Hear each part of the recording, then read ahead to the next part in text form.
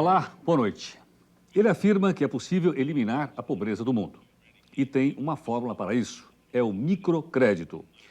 Uma operação de empréstimos para as parcelas mais pobres da população, que pode trazer melhores resultados que bilhões de dólares de ajuda externa.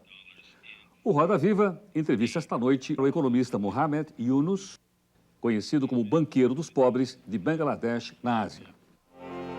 No prólogo do livro Banqueiro dos Pobres, está descrito o cenário onde o autor desenvolveu a ideia do microcrédito. Muhammad Yunus mora num dos países mais pobres da Ásia e do planeta, Bangladesh. Embora tenha recebido 30 bilhões de dólares de ajuda externa nas últimas décadas, Bangladesh não saiu da miséria. Além disso, o país é marcado por catástrofes naturais que tornaram a situação ainda mais dura para os moradores. Nos últimos 20 anos, inundações e ciclones provocaram mortes, destruições e deixaram muita gente desabrigada. A fome ainda afeta 40% da população. Foi nesse universo de dificuldades que Muhammad Yunus idealizou seu projeto de microcrédito, criando um banco para emprestar dinheiro aos pobres, sem grande risco para o financiador. Em seu livro, ele conta como essa experiência foi levada a 12 milhões de pobres de Bangladesh, se expandindo depois para mais de 60 países. Muhammad Yunus propõe com o microcrédito uma mudança no conceito de ajuda econômica. Ao invés de grandes empréstimos externos para o combate à fome e à pobreza, ele acha melhor uma ajuda direta às pessoas carentes. Com algum dinheiro, elas tomam iniciativas e acabam encontrando oportunidades de crescimento. E para entrevistar o economista Muhammad Yunus, nós convidamos Walter Barelli, que é secretário do Emprego e Relações do Trabalho de São Paulo, Carlos Graeb, repórter de cultura da revista Veja, Maria Clara do Prado, colunista econômica da Gazeta Mercantil, a economista Beatriz Azeredo, diretora da área de desenvolvimento social do BNDES, que é o Banco Nacional de Desenvolvimento Social, o professor da Universidade de São Paulo, Paul Singer, Milton Gamês, repórter especial do jornal Valor, Vicente Adorno, editor de Internacional da TV Cultura, e o economista Thomas Lance, que é presidente da Vidar, que é uma instituição voltada para o microcrédito. O Roda Viva é retransmitido em rede nacional para todos os estados brasileiros, inclusive para Brasília. Como o programa desta noite está gravado, você, infelizmente, não vai poder fazer perguntas aqui, participar diretamente do programa, como você está acostumado. Dr. Yunus, good evening. Good evening. Dr. Yunus, a ideia de um microcrédito, ela hoje está disseminada pelo mundo. Quantos países do mundo possuem operações semelhantes a essa que o senhor propôs para Bangladesh?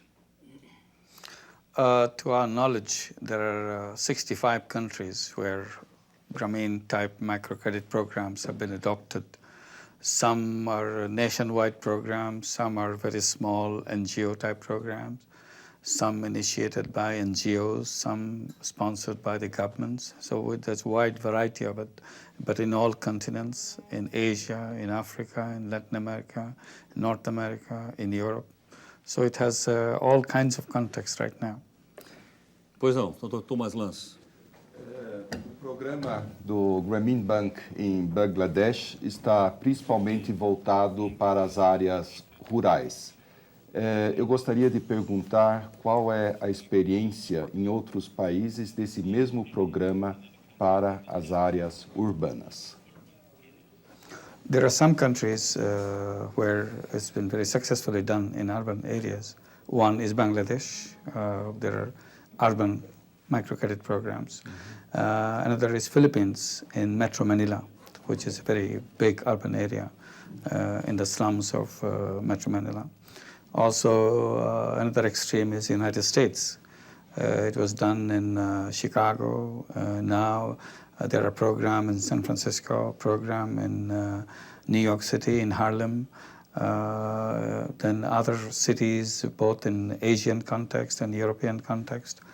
There are many urban experience in this program. Beatriz. Professor Yunus, a experiência com microcrédito no mundo inteiro inaugura uma nova forma de trabalho, de interação com a população de baixa renda, a população empreendedora de baixa renda. Isso é uma mudança cultural no mundo inteiro. E, evidentemente, mostra um desafio de multiplicação. Como é que a gente sai do efeito demonstração, e hoje no Brasil a gente está vivendo esse momento, o BNDES está diretamente envolvido com sair do efeito demonstração e, efetivamente, aumentar a cobertura do microcrédito para a população como um todo de baixa renda. A minha pergunta é, na experiência do Grameen, quais são as armadilhas desse processo de disseminação, de aumento da cobertura e quais os instrumentos que a experiência do Grameen demonstra para, efetivamente, consolidar esse processo? First, on the issue of entrepreneurial poor. So the moment we say entrepreneurial poor, we are taking a subset of the poor, which I would be very reluctant to do. I would take the people who are generally deprived by the financial institutions in receiving credit. So the whole group as such. Entrepreneurial poor, I will not favor so much because my position has always been all people, all human beings have entrepreneurial ability. So the moment you say entrepreneurial poor, meaning that other people do not have that capacity. My position has always been that some got the opportunity to demonstrate that capacity, entrepreneurial capacity. Others never got that opportunity to show their entrepreneurial capacity. Even if you ask them, the person whom I'm saying that she has entrepreneurial capacity, probably she will bring 101 reasons why you must accept that she doesn't have that capacity, but I still will not believe her. Because history that passed through her has convinced her that she has no entrepreneurial capacity because society never gave her the opportunity to show it. So it first has to be demonstrated to herself that she has that ability. And people learn it, people find it out very quickly. So that's one point. Next point, from moving from a demonstration project to a kind of global spread out project. The things that I would particularly emphasize, not to go ahead before you make adequate preparation. People, sometimes for political reasons, we become very ambitious because we have to show that we have done that. Sometimes our eagerness, our emotions kind of take over the preparation phase of it. So we have to be very restrained because you have to build bases. Like if you raise a high-rise building, if you are in a rush to put the final ceiling on the top floor, probably you'll not pay attention to the ground floor. So if you're building a high-rise building, you have to be very cautious at the very foundation so that it can take the whole load of the building. So this is what I would say. It will have a kind of exponential growth. It will be very slow growth in the beginning, but as you go, gradually it will pick up the speed, and later on it will become a very high speed. But initial phase needs a lot of control on the temptation to move on big way. So that one aspect, I think, very, very important. And as you build up the base, as you build up the instances, it becomes very obvious, it becomes very easy to build up the later examples and so on. But I feel this is one area which can be expanded to cover every single person. And I'm the one who keep on repeating by saying that credit should be accepted as a human right. So that's our goal. That's where we should be. But that doesn't mean today we start giving money to everybody so that we have to. That is no good program at all. Yeah. Milton, por favor. O senhor poderia explicar qual é o segredo do sucesso do microcrédito? O pobre é bom pagador.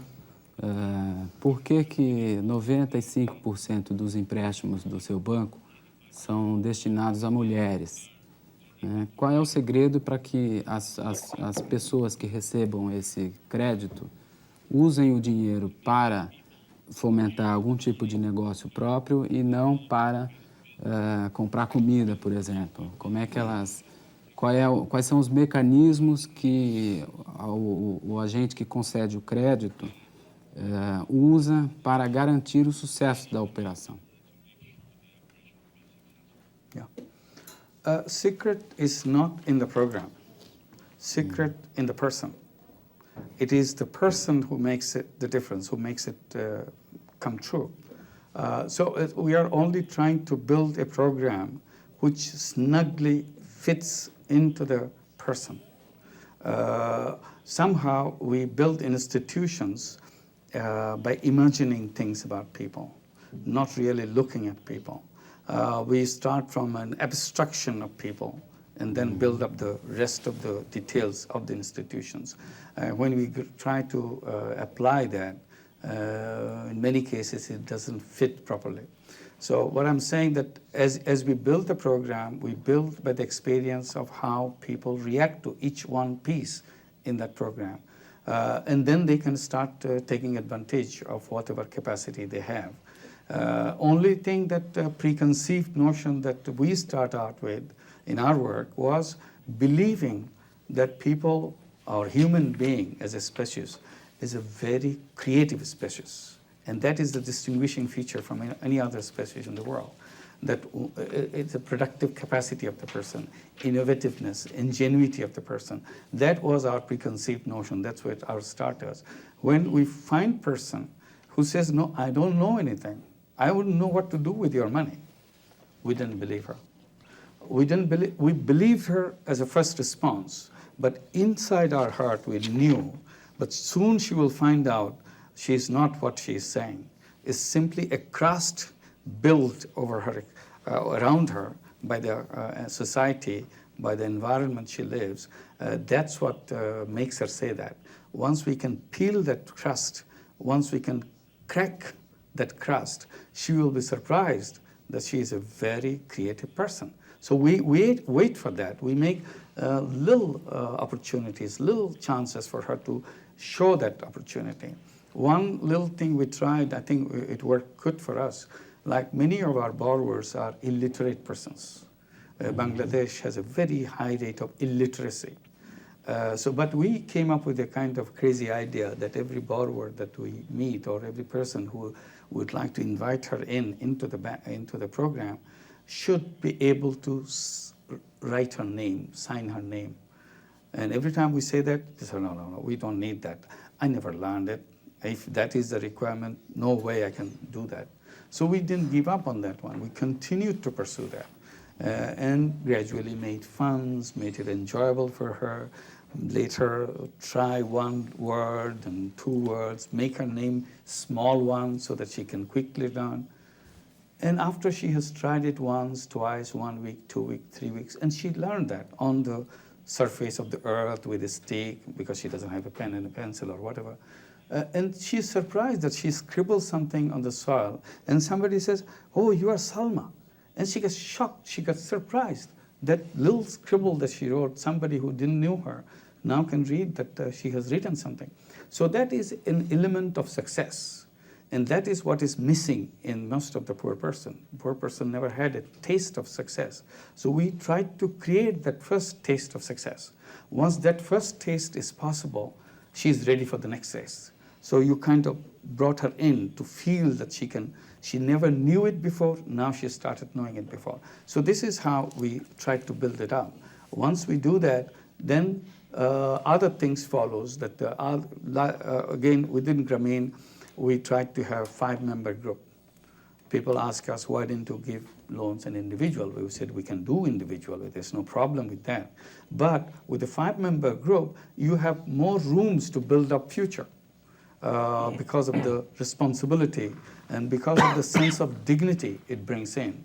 When I'm successful in a group of 5, not only I'm successful financially, I'm successful socially because I have demonstrated to my 4 friends, I'm good, I can do the work I promised I would do. And she has a sense of competition that I can do better than others. So these things come when you put the person in a social context. Then we widen that 5-member group to include total of 40 women. So in terms of 40 women, when you demonstrate something, your confidence level goes way high. and you are ready for absorption of better, more and more challenging tasks. And this is what we have done for that. And we made it simpler for her, at least that's what we thought we did, and it turned out to be so, that we make it each installment very small and repeatedly paying it, so weekly installments. People ask us, why didn't you make it monthly installment, for God's sake? That would be simpler to do it, and that would be less costly. When you have to go to a borrower 8 miles distance every week, it costs so much. If you do it once a week, once a month, it will be 1/4 of the cost. But we still insist on the frequent one because it makes it easy. And each time she makes a little payment, a weekly payment, she's ready to take the next step. So it's like it's a little child learning to walk. If you make the steps small, the child is encouraged to take the next step. But if you say, no, you have to make the adult step, I'm sure the child would be very, very scared to do that kind of thing. So this happens even in human experience, that if you go by bit, one bite by one bite, you are more and more confident and you go there. So these are the things we try to build in. And together, we feel that it works, and the convenience of it, attraction of it, and the kind of reward system of it, generally helpful. But we are not saying Grameen is the final answer. We are not. We are saying Grameen is the first cut. I'm sure many other programs will be created, already created, which will add a lot of other attractive features. And gradually, this will become better and more efficient, more attractive, more cost-effective, bringing in more impact. Carlos Graeb. Professor, boa noite. Eu gostaria de fazer uma pergunta a respeito de crédito para consumo e para produção. Que o senhor discutisse a diferença entre esses dois tipos de crédito. Porque, por exemplo, no estado de São Paulo, nós temos uma experiência muito bem sucedida no interior, com pessoas que têm feito empréstimos para consumo para as classes C e D. No entanto, essas pessoas dizem, os pobres nem sempre são tão bons pagadores. Nesse tipo de empréstimo que nós fazemos, às vezes a taxa de retorno não é tão alta. Gostaria de saber, o Grameen já teve alguma experiência ou pretende emprestar para consumo? E esse crédito para consumo, entregue às classes mais baixas, tem alguma função no desenvolvimento do país? It always puzzled me, coming from the United States, going to schools there. When I got involved with this program, kind of finding my way around without knowing anything about it. And looking back at my experience, I remembered I used to get a credit card in the mailbox. I never asked for it as a student. I'm sure every family in the United States is flooded with credit cards. I said, imagine that. It's a huge, big economy dishing out credit cards to buy things, spend money on consumer goods. The same economy, same financial institutions will not give her $10 loan for investment. I said, someday I would come up with a credit card for investment so that you can invest, go ahead and make money and pay me back. Well, this is precisely what we do now. We don't have the credit card, but we go give the investment money. Because with investment, you are creating an income flow. The moment you create income flow, you have that purchasing power generated. You go ahead and spend the money. But US behaves the other way. It creates the expenditure first, making you consumer, then make you worry where the money will come from. How do you pay back all the bills? So we reversed that system. We said we first create the income and let the person decide where to put the money in, because they were very in the consumer credit, they were interested to sell the goods before they provided the base for the people who can create the income for themselves. I'm saying that if we can take the poor people out of poverty, what a great big consumer base you created yourself. In Bangladesh, we have 130 million people. Half the population are under poverty line, extremely poor. And they don't even afford, just to give an example, afford to buy a toothbrush to brush their teeth, because it's a luxury for them to brush their teeth. It's a conventional way, use your fingers and brush your teeth. charcoal or take a twig of a tree, brush your teeth, but not a brush. But I said, somehow, imagine that the income level has come above the poverty level. Now you can afford to buy toothbrush. You will be needing broadly 130 million toothbrushes. And probably each month or so, you'll be needing 130 million tubes of toothpaste. Imagine in an economy like that, what a flourishing business it would be to have a toothbrush industry or a toothpaste industry. Here you're always struggling with the TV commercials, newspaper commercial, few tubes of toothpaste with a tiny consumer base because others cannot afford. So it's always make good sense to bring the people into the position where they are consumer on their own legitimate right, not because somebody gave you the credit card and get your neck on the rope that now you have to pay back. That's a kind of a blackmail kind of situation. I would rather create a situation where you can afford to buy whatever you need to buy. So you have to see in a two-way thing. You are a producer first, where you generate your own production, and then which makes you the income earner in the process and brings you in the market as a consumer. The same person as a producer, as an income earner. So this is what I would say. In Grameen, we have both experience of the investment credit, which basically Grameen Bank is. Then if you look at our housing loan, Grameen is a big housing loan. We have given more than 500,000 housing loans in Bangladesh. A very small housing loan, if you look at it. But for them is a huge, big money, $300 plus. Each housing loan is, a typical loan is $300. With $300, she builds a beautiful house, 4 concrete columns with a solid roof and a sanitary latrine. To her, it's like a palace because what she lived before, now what she can live. Many people say it's a consumer loan because it's housing is not productive loan. I don't want to go into argument because I always insisted this is a very productive loan. For me, it's like a factory building because that's where she works. That's where her everything, her whole life is built under that roof. Anyway, if you take that as a consumer item, this is a consumption loan, we had no problem of getting our money back because of the capacity that it builds into her. Another one recently, last 3 years we have introduced is education loan for the children of Grameen. We always encouraged our borrowers, 2.4 million borrowers, so many families, to send their children to school.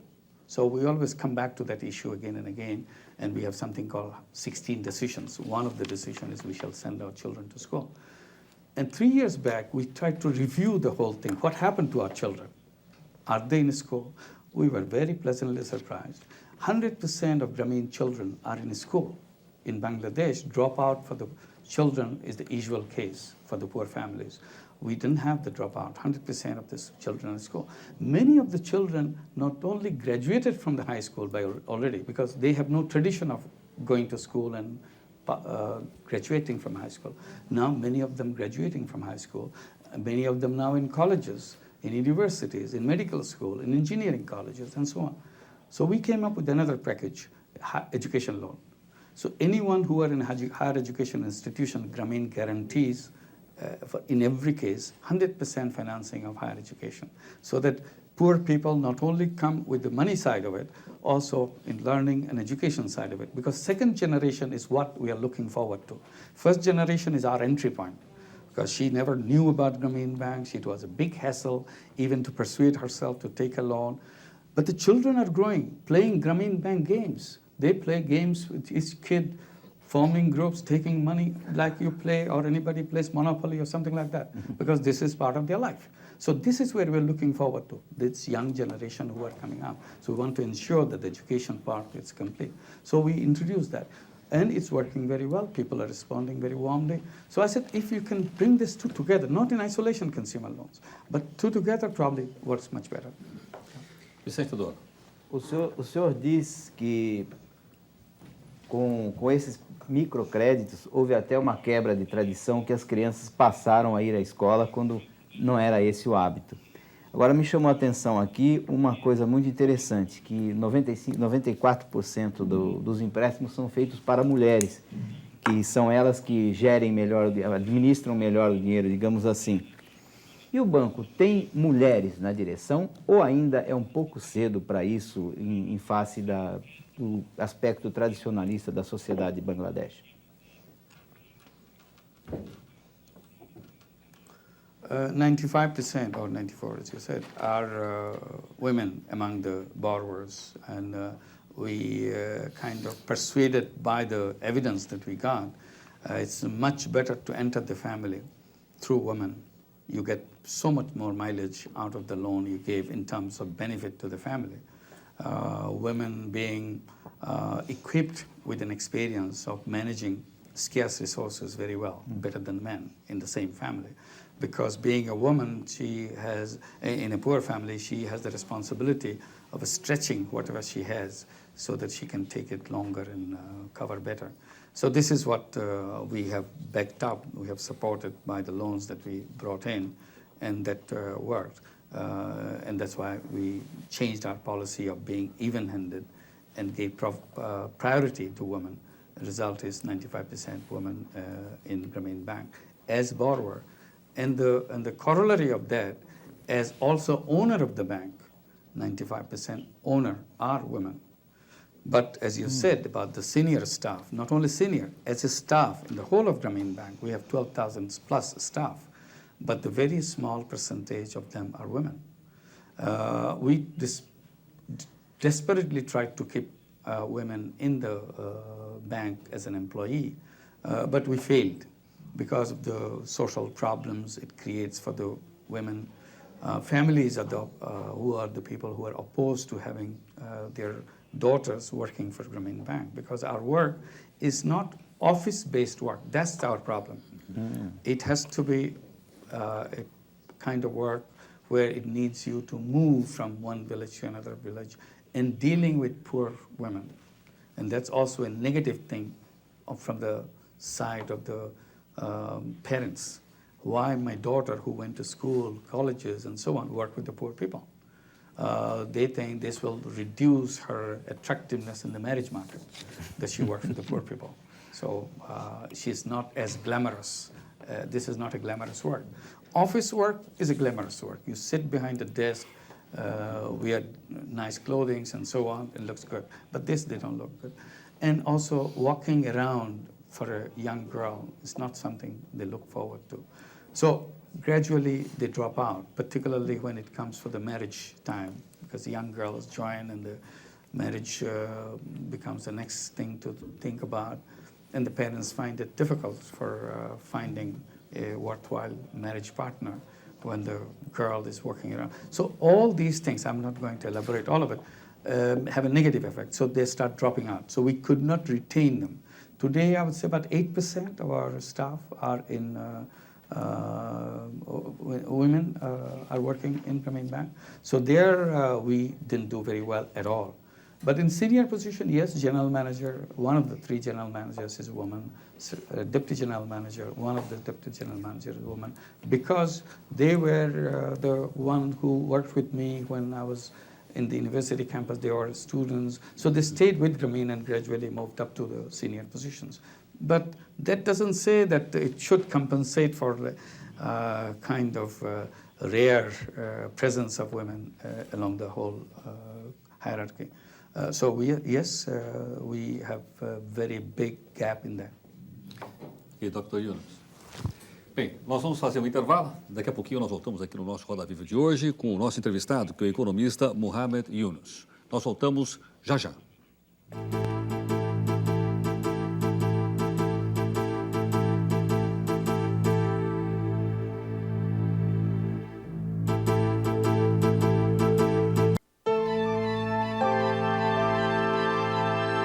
Voltamos aqui no Roda Viva de hoje, com o nosso entrevistado, que é o economista Muhammad Yunus, de Bangladesh, autor do livro O Banqueiro dos Pobres. O Roda Viva hoje está gravado, por esse motivo você não pode fazer as perguntas como você está acostumado. Dr. Yunus, todas essas explicações que o senhor nos deu, agora há pouco aqui no programa, de empréstimos e a maneira pela qual ele funciona, as suas ideias, isso só funciona numa economia capitalista ou isto pode ser aplicado também numa economia socialista? Well, the present experience is across the board. This idea applies in all situations of economic framework. It's working in Europe, which is a capitalist world, in the United States, Canada, and everywhere. Also, similarly, with great enthusiasm, is being pursued in China.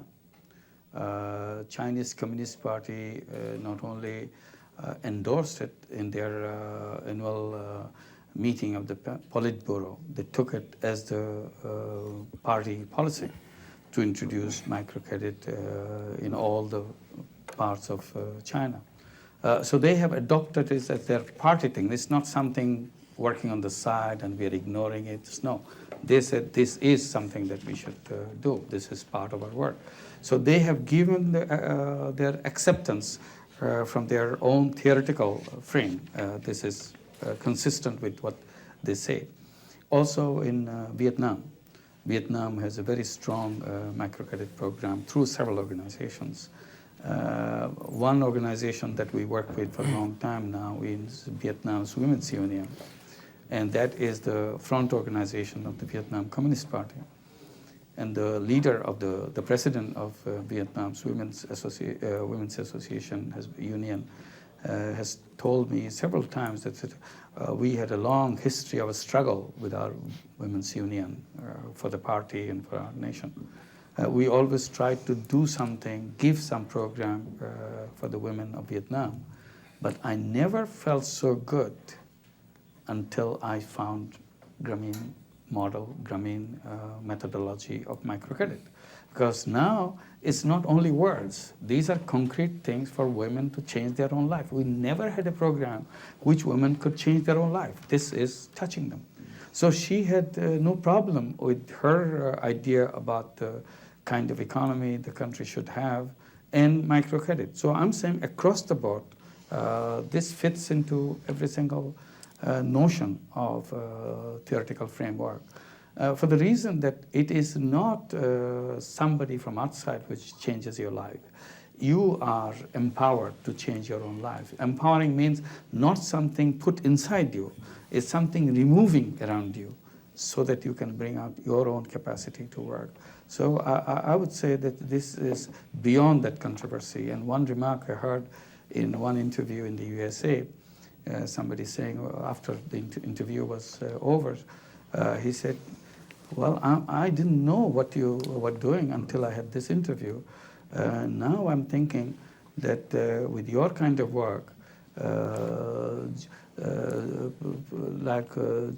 J.C. Jackson and J.C. Helms both can eat from the same plate because they are two opposing political poles.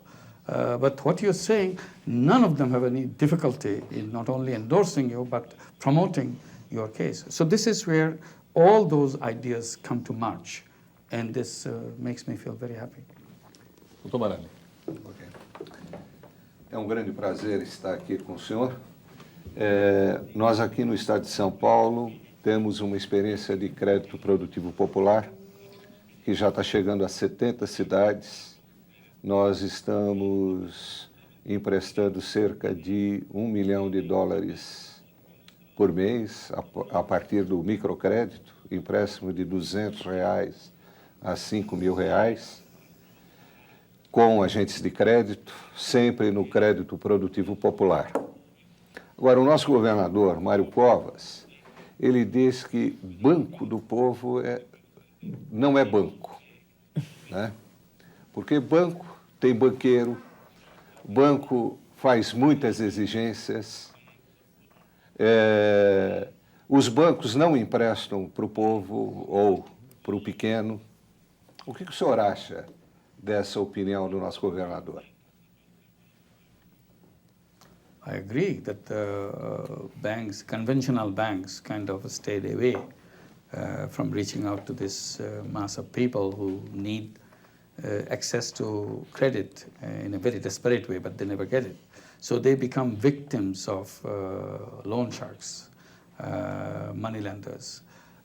You like it, you don't like it, you make strong laws against it, but they survive because the need is so strong. It is everywhere in the countries where there's a large population of poor people. In Philippines, for example, this system is called 5 and 6. You borrow 5 peso in the morning, you pay 6 peso in the evening, 20% interest per day, making it enormous burden on people. So it exists here in Brazil, I'm sure. I never investigated it, but you can scrap the surface and find out how thriving business that is. But still, the conventional banks will not touch that because of the rules, because of the principles they have enunciated for themselves. That their basic principle is the more you have, the more you can get. So you have to have a lot before you can get it. And if you have a whole lot, you get a whole lot more. And you move up to higher and higher level of wealth. And as a result, banking system is actually pushing the economy in the hands of fewer and fewer and fewer people, because you're always chasing big money, person holding big money, and that's the system. So I'm saying that it's not only bad that you are not reaching out to the poor people. This is one bad thing. But it's also bad you are moving away from today the people that you are servicing. Tomorrow you'll find yourself reluctant to serve these same people because you're not chasing another slice higher up and gradually move up. And my explanation of Asian crisis, for example, is exactly based on this principle. It emanated from this principle because Asian banks were chasing all those big money, and big money people had so much money they were investing in all kinds of crazy programs which had no solid base. And one day they all collapsed and the whole economy was in terrible danger. So this is one. So why banks should not give the money? Because of their own conceptual framework. Because you have defined, the conventional banks define that the poor are not creditworthy without ever trying it out. So we're saying here is a program, tried it out, and your program, it works. And this is a very attractive proposition for doing business with them. And throughout the world, demonstrated again and again, poor people pay much better than the rich people. At least in Bangladesh, we have a very glaring example. Rich people who borrow from all the big banks never pay back. And they are very powerful people. You cannot touch them. They control politics, they control business. So to make the banks to give them more loans so that they can, they don't have to talk about the past loans we are not there, not paying. But the same banks will not touch the poor people who are paying back. So we have to redesign the whole financial world. That's the only solution. And probably we have to create banks exclusively for poor people so that there is no escape route for them to switch on to something else. Because in most of our experience, when we say we are creating a bank for the poor and kept the other door open, gradually we move up and leave a token program for the poor and move on to something else. So I'm saying creation of exclusive financial institution for the poor people, so that if you fail to do it, you have to, only option you have is to close it down because you have no escape route to move on to other businesses. But it is a worthwhile business in a financial way. It's a great experience in terms of social way, because no society desires or looks forward to see so many of its fellow citizens languishing in the misery of poverty. And it makes no sense in any context at all. Maria Clara. Eu queria retomar a pergunta que o Carlos Breve fez no último bloco, só que sob um ângulo diferente.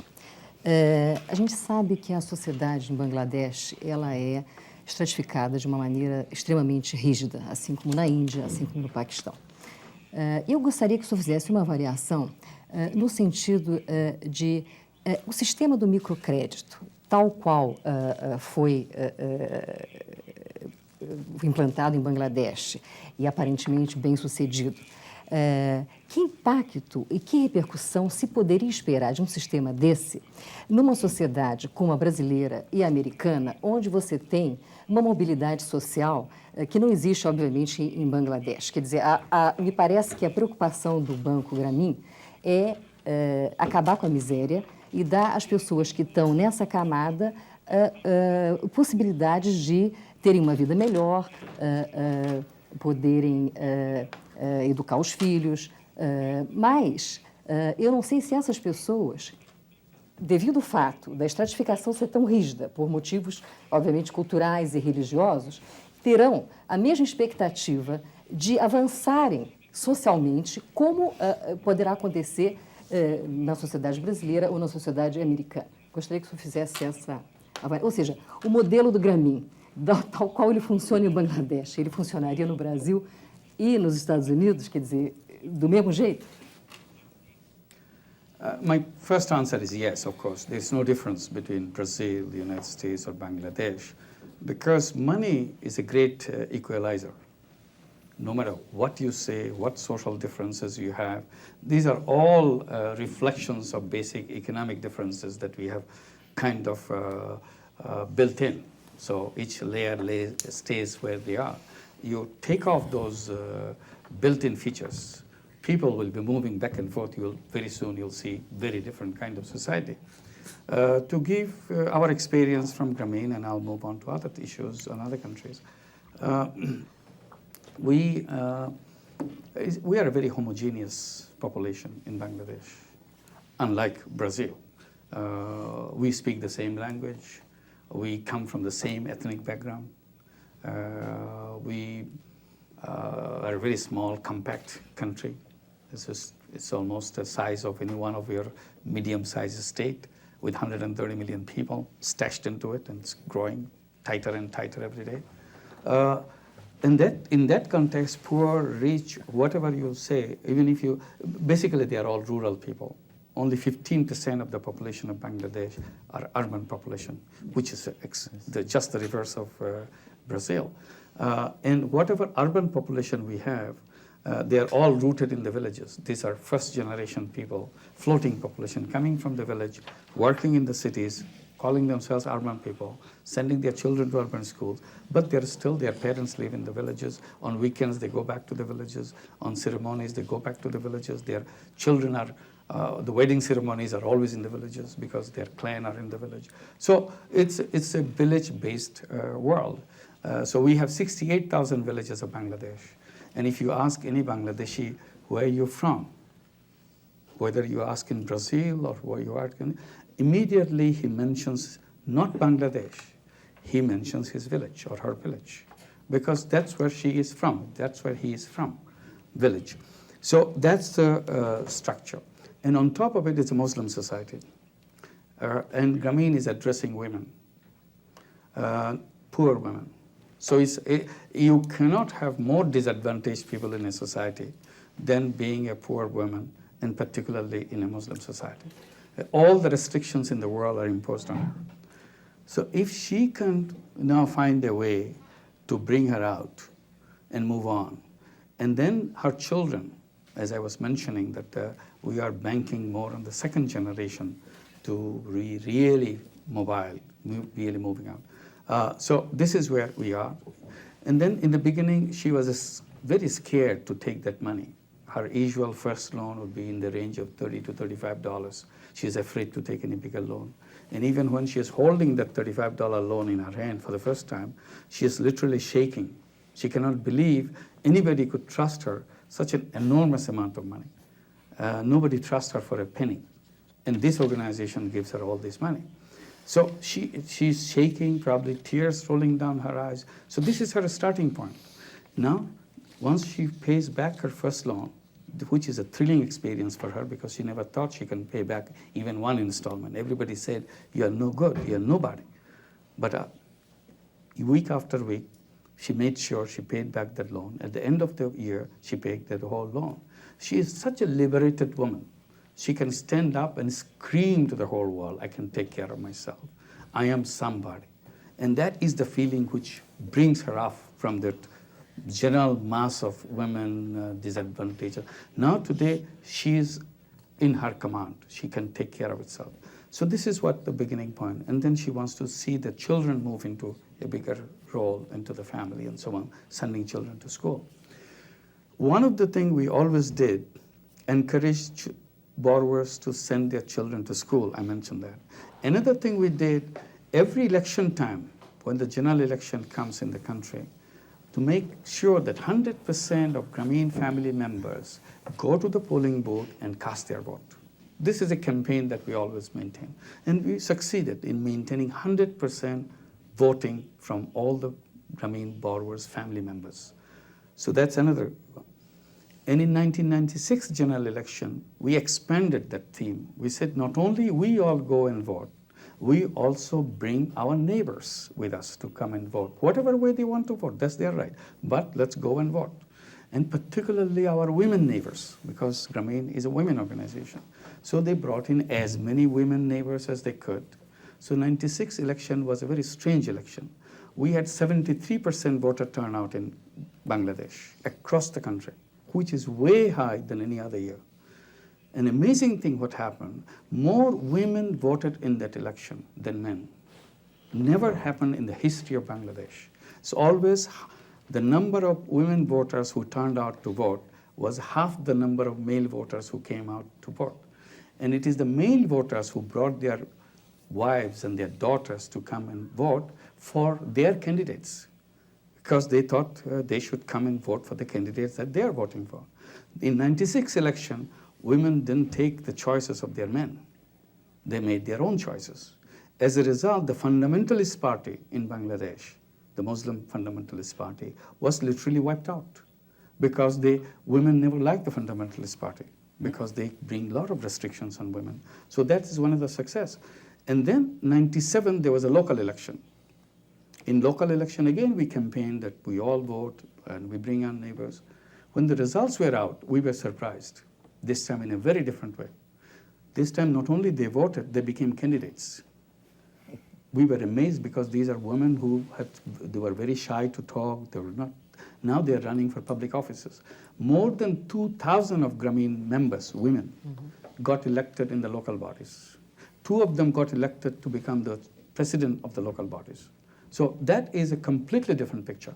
So you talk about the mobility. I'm just giving in a few years what mobility has taken place. And I told you the earlier story, how we were surprised ourselves seeing Grameen children in the universities, in medical schools, in engineering universities, coming from a family which doesn't have a history of going to any school whatsoever, even the first grade school. They have no history in the entire history of their family. But not only they entered in that, changed that. Imagine these children coming out, where they will be, because now they will be as good as anybody else. Getting into institutions of higher education is not easy. You have to have very high grade to do that. So that's another part of mobility. Then I bring another example, and I'll quickly end. We created other companies like Grameen Phone. It's a cellular telephone company in collaboration, a joint venture with Telenor of Norway.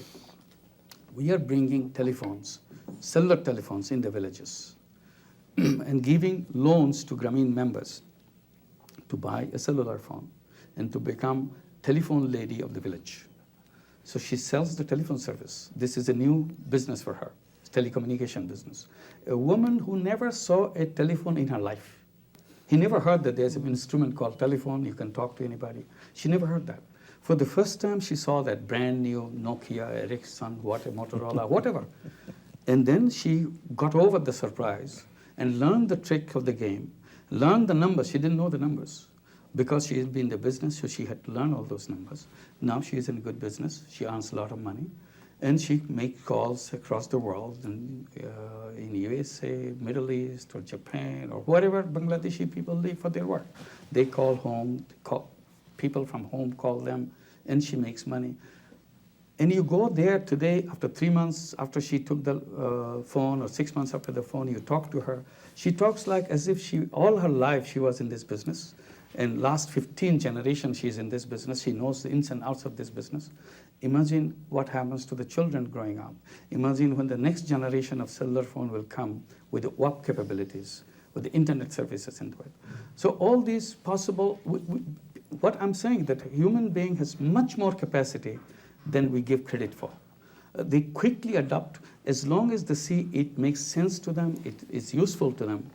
All those differences about the caste, about the religion, about being in the bottom melt away completely. I'm in charge. I'm on the driving seat. I know where to go. You don't have to tell me. So all other barriers don't stand any chance.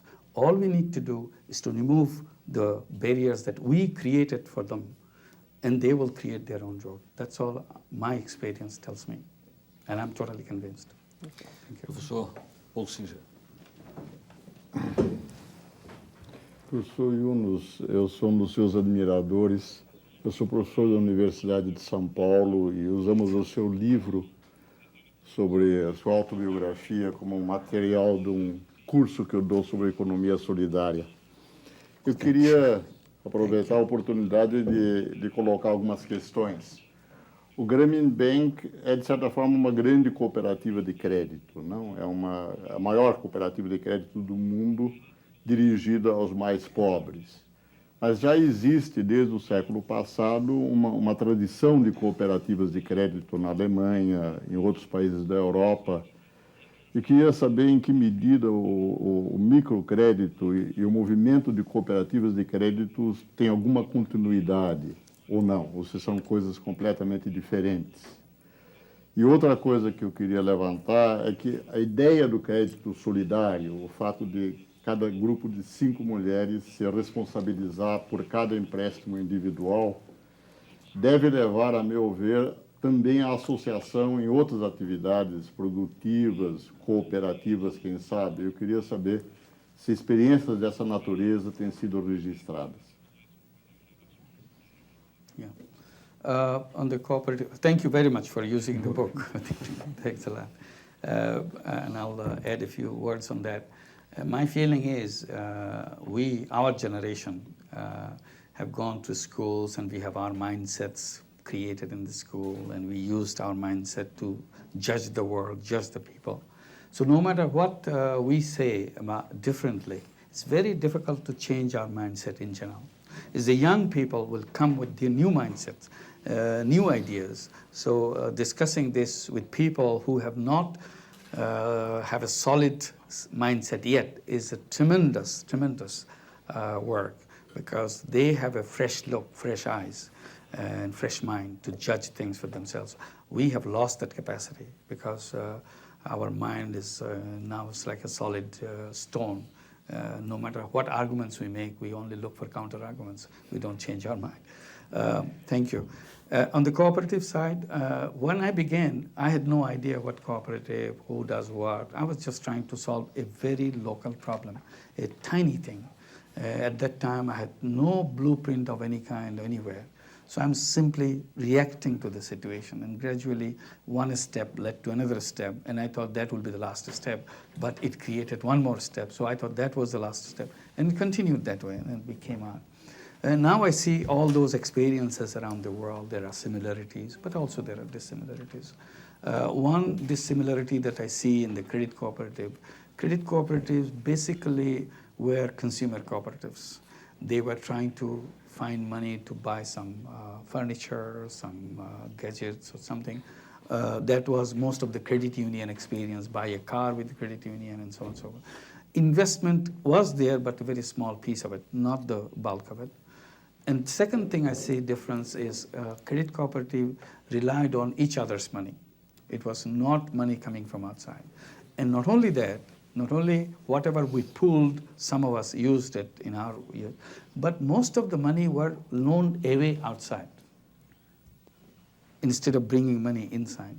In our work, we have savings. We have right now $160 million in savings from the borrowers with tiny savings. But we loaned out a lot, much more. Last year, we loaned out more than $400 million worth of money. In a cumulative way, we have loaned out more than $3 billion worth of money. But that's not what came from the savings. We borrowed from the market. We issued bonds and we took money in. People took money, that $3 billion. These women took them. Giving them the money is no big deal because you can always give money. But the big deal is they took the money, paid you back with interest. And people didn't believe that they are capable of giving you back even a tiny amount. So $1 billion in Bangladesh is a whole lot of money. And $3 billion of them is a lot money. So this is the basic departure from the cooperative idea, if you see in a post-mortem way, not that we copied that, the differences on that. And many people, even the very earliest stage, said, well, you are a cooperative. Why don't you call yourself cooperative? And my argument has been, in Bangladesh, cooperative is a dirty word. Because cooperative, the name cooperative, the law of cooperative had been used by the politicians to patronize people of their support group. So they brought government money and stashed them, which never got paid back. So today, if you introduce yourself as a cooperator, people have a smile, meaning you're a big thief. You stole a lot of money. So we never want to use that feature, although there are a lot of features and basic feature of cooperative in Grameen. After all, it's a bank owned by the borrowers. So that is the basic feature of any cooperative, that we manage our own. Yeah. And this is what we do. But because of the misuse and because of the way that word, that institution, that concept that's been mishandled by our governments one after another, so we thought we better stay away from that and be other way. And that's how we use it. Yes, there are some common projects which are jointly done in Grameen, but our success rate is very low in that. For no other reason, for one, when we deal with women, these are basically our borrowers. But the moment we have a joint project, husbands get into the picture, and they start fighting with each other. Ok. Bem, nós vamos fazer mais um intervalo. Você está acompanhando aqui essa entrevista com o economista Muhammad Yunus, o nosso convidado hoje aqui no Roda Viva. Nós voltamos daqui a pouco.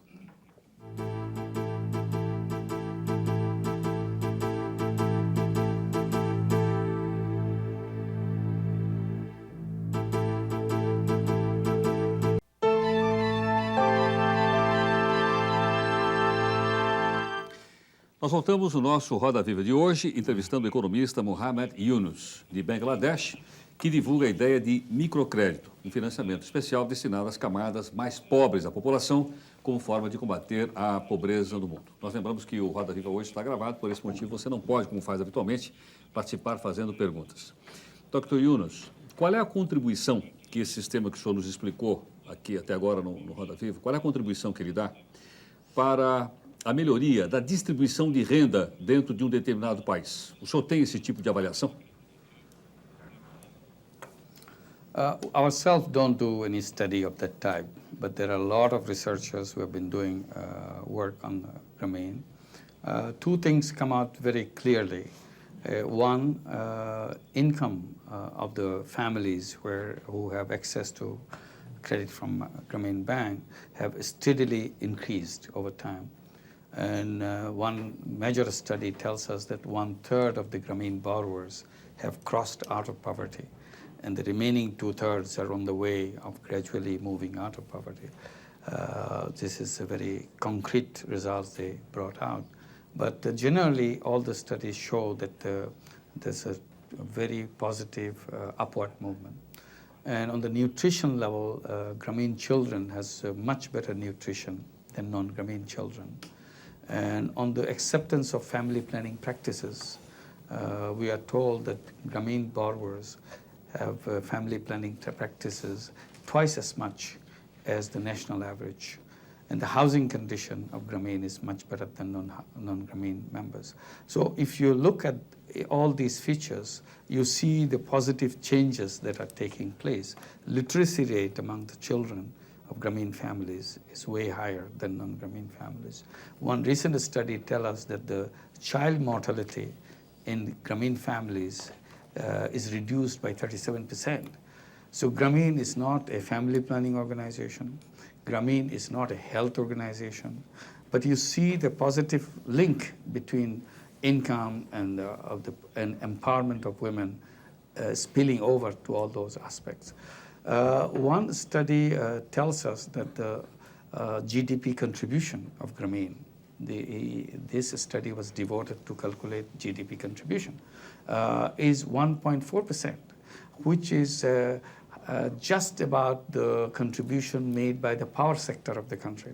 So if you look at that sector by sector, the contribution made by Grameen involving so many families to become active contributor to the economy, it adds to the GDP. Beatriz.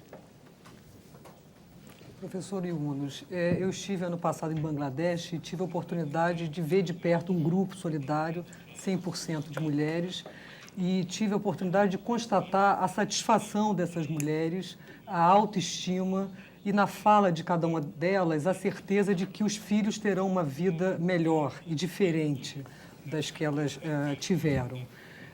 O Grameen tem nas mulheres a sua maioria, né, os clientes, a maioria mulheres, e sempre o senhor apresenta a experiência do Grameen como uma experiência de mudança da sociedade. Na sua visão, a mulher é um poderoso agente de transformação social? Very powerful indeed, because first of all, their influence on their children. Forget about the outside world. They build up the next generation.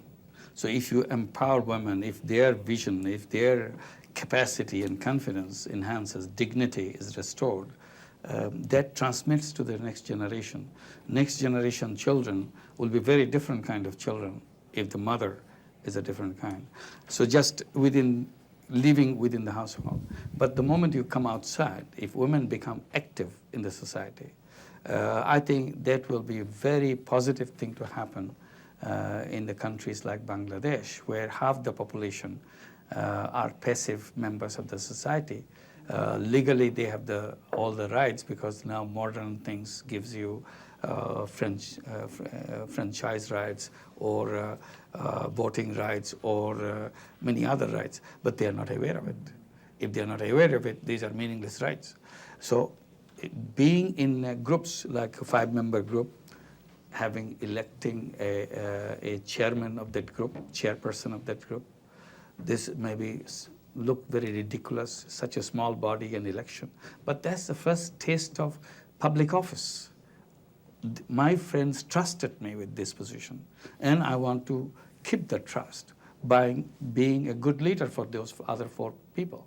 And then 40 people, bigger group, and then electing these 40 people, electing their center chief. For the first time when one is elected to be a center chief, she feels so shy, she doesn't know what to do with it. But gradually she starts feeling the power in it. And then she is gradually getting ready to represent her opinion and her constituencies in other forums. So this is a training ground for leadership. It's a training ground for discovering and exploring your own capacity and so on. So I would say that the economy and the society would be in much safer, much better hands with women than what experience we had with men. Graeb. Professor, nós fizemos várias perguntas, sempre supondo cenários estáveis. Eu gostaria de saber qual é a política do Grameen Bank no caso de um desastre natural, por exemplo. Bangladesh está muito sujeito a enchentes, a inundações. No caso do Brasil, nós temos regiões que vivem na pobreza muito em razão da seca.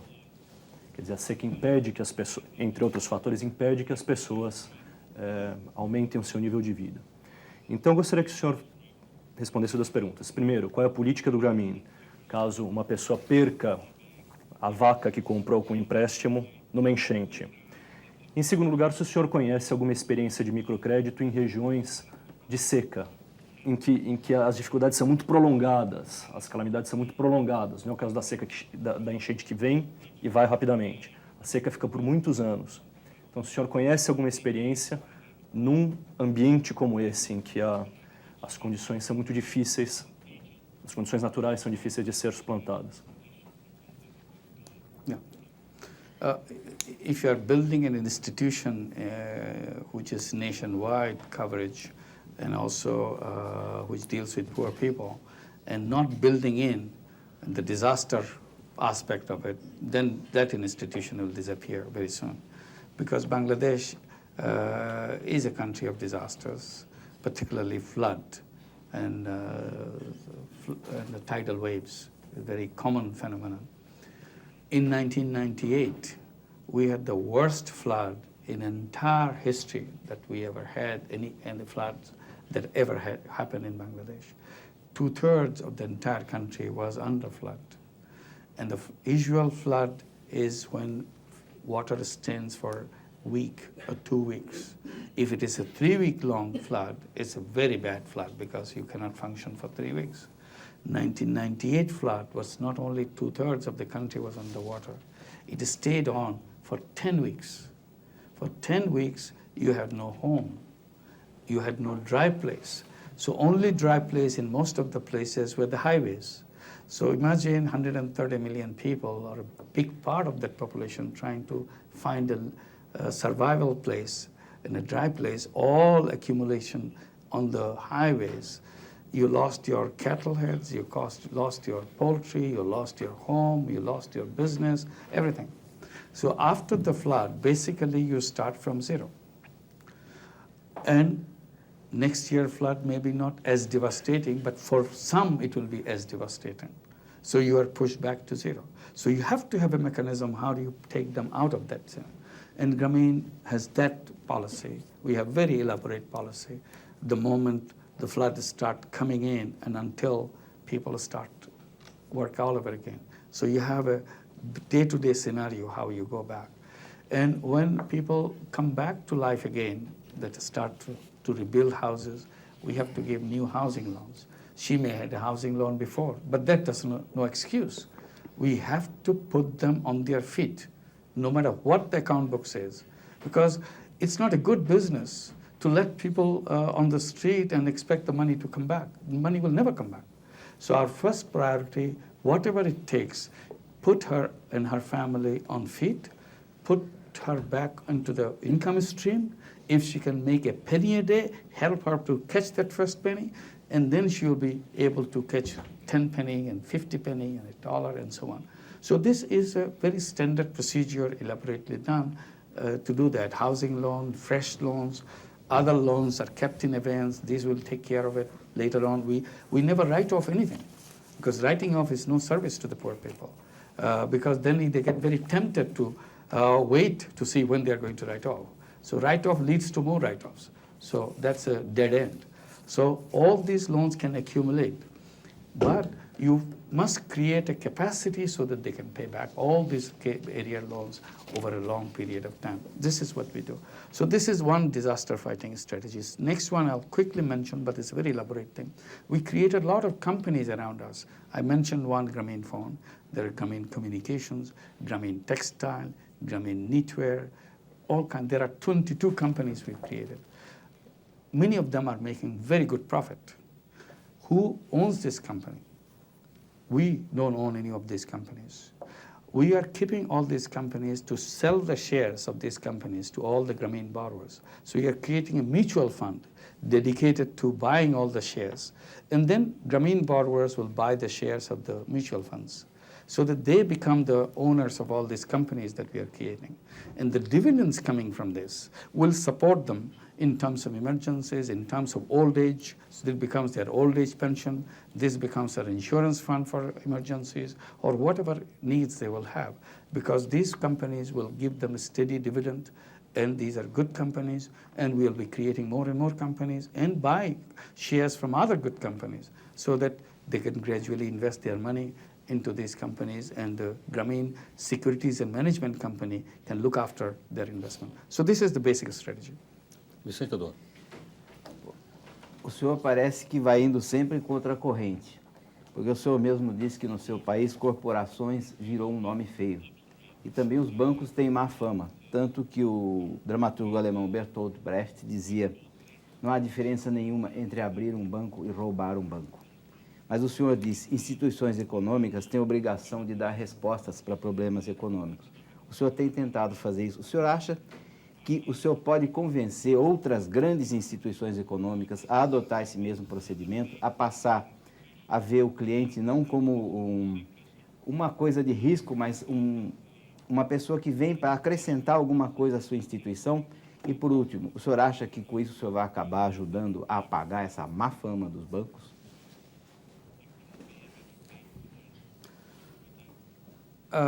I'm not trying to improve the image of the bank. I'm trying to change the bank. If they have a bad image, they deserve it. Why change it? But you have to have the right kind of work. People must feel that you are a friend. You help people. not you are friends of a good time, and when a bad time comes, all of a sudden you have a different picture. That's not a good feeling. So banks should learn to become helpful, and this is one, in the disaster time, this is our test, whether people come rush to us that as a friend, because nobody's looking after us, would you be helping us? During disaster, the Grameen staff have a standing instruction that close down all your books. You are no longer a bank. You are a humanitarian organization. Save people. Find food for them.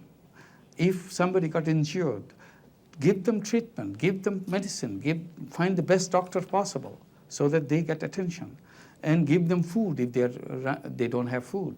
Because these are all your borrowers, they are the owners of your institution, you are their employee. So your job is to see that your employer, owner of your bank, are safe in your hand, so that they feel that they did a good thing creating this bank. So that's what the institution should be. I cannot imagine an institution becoming a kind of a robot who only thinks about money and don't think about people.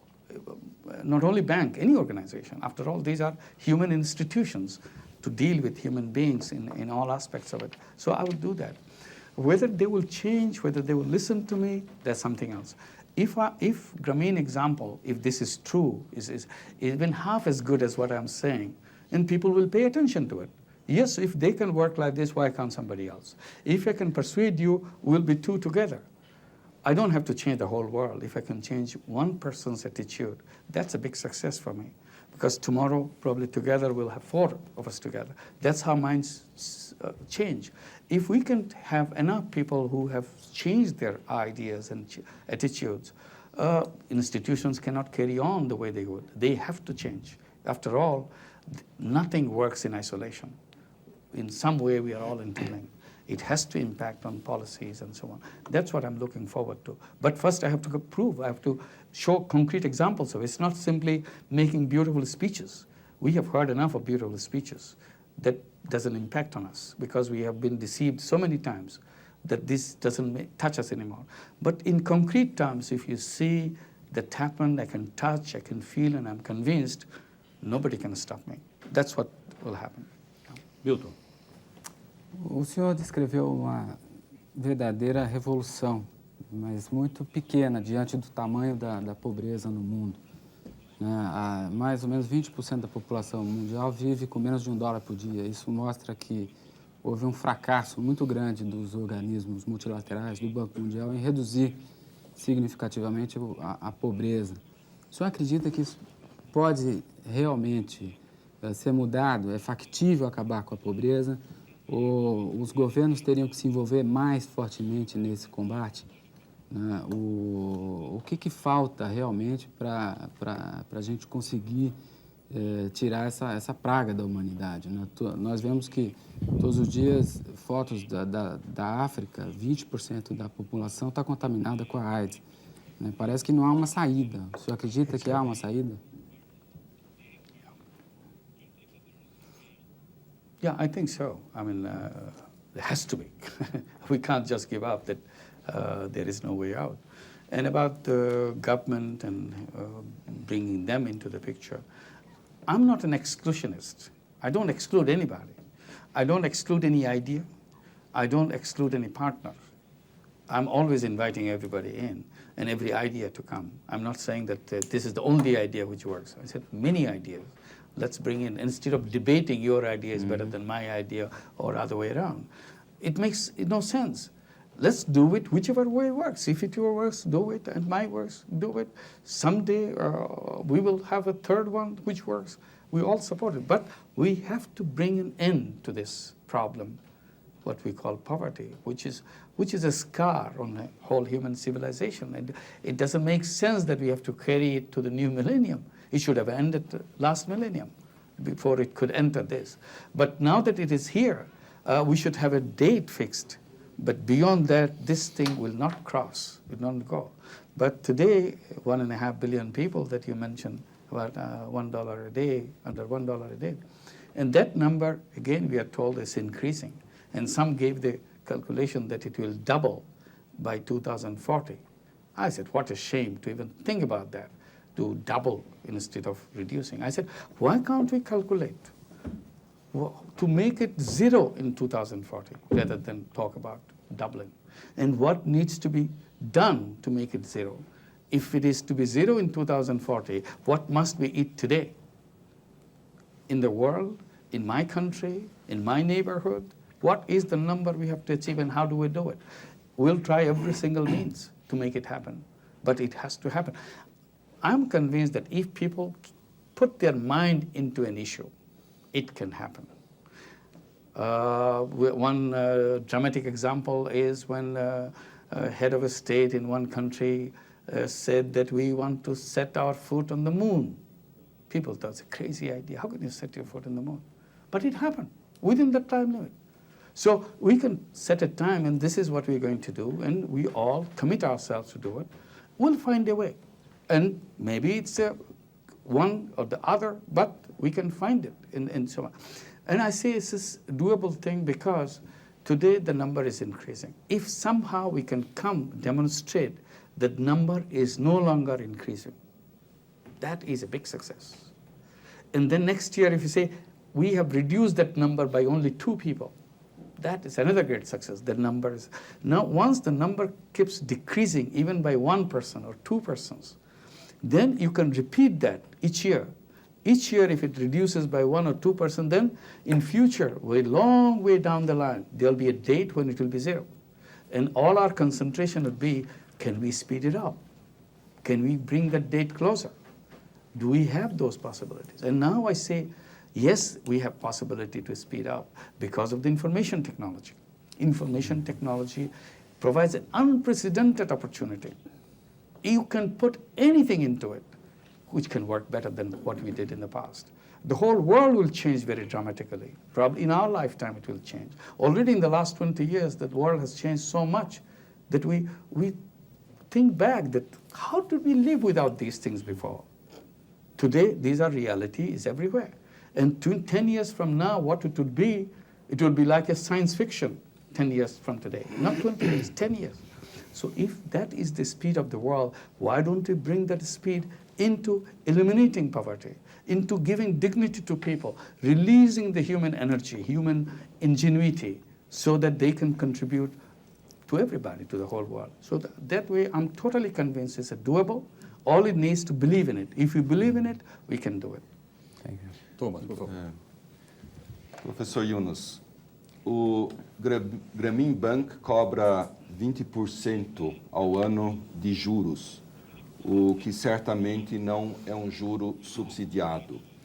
Eu gostaria muito de ter a sua opinião, o que vem a ser um nível de juro adequado para a concessão de microcréditos. Devemos efetivamente cobrar o custo de dinheiro mais o custo administrativo das instituições ou devemos dar uma parte do custo de dinheiro junto do microcrédito?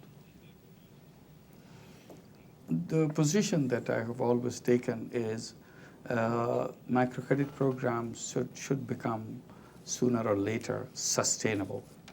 I'm not opposed to subsidy. I'm not opposed to grants to give it a push, make it a start. But whoever is in charge of microcredit program must have a scenario that gradually we would be dependent on our own income rather than dependent on subsidy. Unfortunately, subsidy from the government has a bad element that once you're in, you get used to demanding more and more of it rather than reducing it. So that's a bad part of it. But we must make it very clear that we must come to a level sooner, as fast as we can, in a self-sustained way. So this is basic criterion. This is an objective that we must pursue with all our energy into it. The second point I make, on the question of what should be the interest rate. Of course, you have to cover the cost gradually over a period. But that doesn't mean that you are free to be inefficient and spend a lot of money and pass on that inefficiency to the poor people. So there should be some cap. There should be some limit beyond which you should not allow. In our case, we promised ourselves we'll never go beyond 20%, no matter what it takes. And even if something goes wrong, if interest rate is high, we have to squeeze ourselves. We have to be extra efficient to limit it to 20%. The reason we kept it 20%, because the interest rate that we charge, there are two. One is 8% on the housing loan and 20% on income generating loan. So the weighted average is about 15%, which is the commercial rate in Bangladesh. So we thought we should not just argue that, well, it takes more money, it takes service charge is high, and we should expand it. Once you get into that argument, this is a bottomless pit. You can always pass on any kind of extra cost onto the shoulders of the poor people. And we said, we will never do that. So this is another limit that we put ourselves. Another organization may not choose 20%, may choose 25%, may choose 15%. But I'm saying you decide first and stay with it and try to make do, improve your efficiency, reduce your excess expenditure so that poor are not forced to pay for your bad management. That's it. Ok, secretário Barelli, por favor. Professor, nós estamos dedicados a resolver aqui a questão do emprego. E o Banco do Povo trabalha nessa direção. Nós temos outros programas de autoemprego, de qualificação dos trabalhadores, enfim, o envolvimento da sociedade através das comissões municipais de emprego em mais de 300 municípios do estado. Eu gostaria de ver como a experiência sua se reflete no aumento do emprego através do microcrédito. We've never tried the job creation part because we don't have that capacity in a national way. We have some job creation activity within the Grameen family of companies, like the 22 companies that we created along the way. Some has more job creation part, some are less. But our emphasis always on self-employment. Because if you wait around for job creation of the wage employment type, very few opportunities that we see immediately, because people need an immediate opportunity, not in a long-term way. Although we keep on trying for those opportunities, but at the moment, instead of waiting for anybody else to hire you, hire yourself. Create your own job. Get on with businesses, whatever you want to do. So that's the policy, and the credit, microcredit, helps in opening up that opportunity because that's a key to creation of self-employment. Another thing we did is with our handloom weavers. These are weavers who make beautiful hand-woven clothes. And then there's very little market. Bangladesh has more than 1 million families of handloom weavers, extremely poor families. Beautiful clothes they make, but they don't have a market in Bangladesh. So we created a company, and that company is a marketing company. Market hand-woven clothes in Bangladesh, in Europe, and North America. We call it Grameen check. It's a checkered cloth. And now we find very good response as a good quality fabric. We have sold in the last 3 years over $35 million worth of it, which is small compared to the total capacity that we have. It's a very amazing situation. These people are artisans, and it's coming from centuries-old tradition of making fabric. But they are without shelter, without food. So whoever argues that people are poor because they don't have a skill, they should come and visit Bangladesh. With beautiful skill, extremely poor. So we try to create that opportunity. This is one way of our doing that. Another we are trying internet, expanding the market, not in Bangladesh, expanding market across the board, all kinds of possibilities. Even designing websites is a fantastic business for young people. Very creative, you can spend hours and design good quality websites. World will be needing website for every single person. Like we carry our business cards, everybody has to have a website. So somebody has to design that. If you are good, if you are doing that, whole world will come to you to create websites for you. And creating website is a simple job, but maintaining website is a long-term job. and a very attractive job. Because once you create, you have to maintain it. If you're in business, every year you have to review, you have to redesign, you have to put new information, update it. So these are attractive things. Many other businesses are coming, like call centers, answering telephone calls. Your company in Sao Paulo, but when you call that company, somebody in Bangladesh answers that company. Somebody who in Bangladesh learned Portuguese very well for 10 questions. Beyond that 10 questions, she doesn't understand a word of Portuguese. But for that 10 questions, she is an expert. So she answers those questions. And you save money, she gets a good income. So this kind of job creation internationally becomes possible. Providing security services in a remote position. Just watch the monitor. Monitor could be in Sao Paulo, monitor could be in the Bangladeshi village. And your building is safeguarded from a monitor or several monitors in some other place around the world. So all these possibilities are opening up, and the jobs are not in the conventional sense job in the new sense job, and that is coming up very fast, and we should be looking at it. It is win-win situation both ways. It's a win situation, people who are offering these opportunities, it's a win situation who are putting their services and talents behind that. Dr. Yunus, thank you very much for coming. Thank you. Thank you. Bem, nós estamos encerrando o Roda Viva de hoje com a presença do nosso convidado, o economista Muhammad Yunus. E a nossa bancada de entrevistadores gostaria de agradecer a gentileza e a participação de todos aqui. Agradecemos também a sua atenção. O Roda Viva volta na próxima segunda-feira, às 10h30 da noite. Tenha, portanto, uma boa noite, uma boa semana e até segunda-feira que vem. Obrigado.